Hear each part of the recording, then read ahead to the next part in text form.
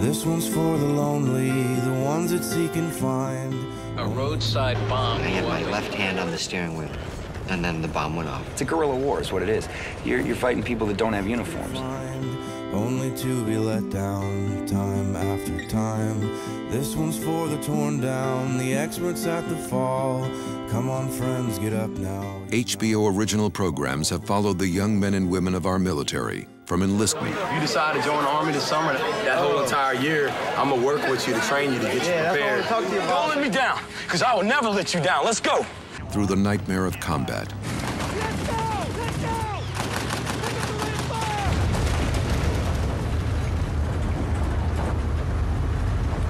He's dead. And even onto the tragedy of death. Today we come to lay to rest Staff Sergeant Eric Thomas Duckworth, who's honorably served our nation. He was 20 years old, shot by a sniper. It's Daddy. Daddy's in there. Daddy's in there.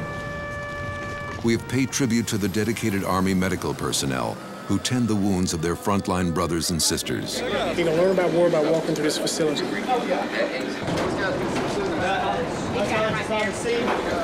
It's the horrors of what man can do to man are visualized right here. But we do our best, our level best, to make sure our people survive and make it back to their homes. We frankly confronted the darker chapters of the conflict, documenting American wrongs. According to the medical examiner, the first detainee to die, Habibullah, had a pre-existing pulmonary condition. But it was the beatings he sustained at Bagram that led to the cause of his death, a blood clot that traveled to his lungs. My opinion is that the military wanted to get this over and get this done quickly before it really got noticed. And profiled the man we fought. Gentlemen, war is now inevitable. Fire! Fire! We have looked into the faces of those who came home scarred in body and sometimes in mind. After I got hit, one of my kids, Stuart, Lance Corporal Stuart, yeah. he came up to me and he was like, "I'm sorry." I'm like, "Why are you sorry?" He goes, "Well, I could have put that armor on better." And not his fault.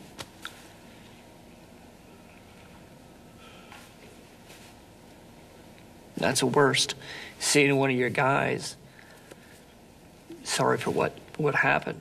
And we have honored those who have fallen in the line of duty.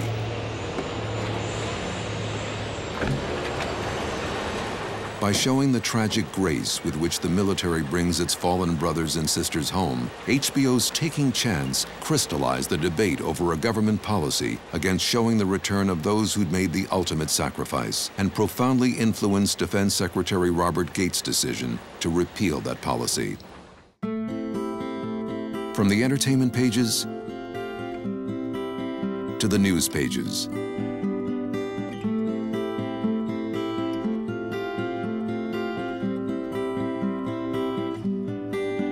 and through the online community. This one's for the lonely, the ones that seek and find, only to be let down time after time.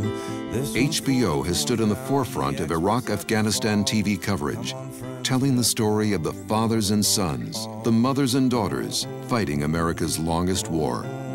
The company has also used these programs to reach beyond its viewership, to enlighten and inform, to contribute to the ongoing dialogue on one of the major issues of our time.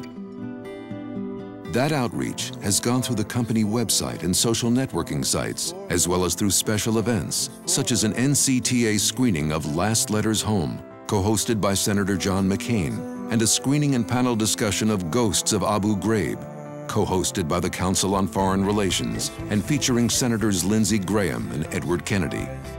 And in a Veterans Day tribute, HBO and participating cable affiliates opened the HBO signal during a telecast of Last Letters Home. HBO also worked closely with the Wounded Warriors Project in reaching out to key Washington constituencies to come interact with veterans featured in a live day at a screening of the film. The miniseries Generation Kill became a jumping-off point for a troop drive collection of over 245,000 items for the men and women serving in Iraq. Also, the premiere of Taking Chance launched a joint effort between HBO and the Chance Phelps Foundation to launch RunForChance.com as a national philanthropic initiative to raise public awareness and donations for foundations that include Fisher House Foundation and the Injured Marine Semper Fi Fund. We have looked at the men and women tasked with a controversial war, showed their faces and those of their families, given them names, and tried to honor their service and sacrifice. And then we have welcomed them home and done our best to see that all of us remember what they did.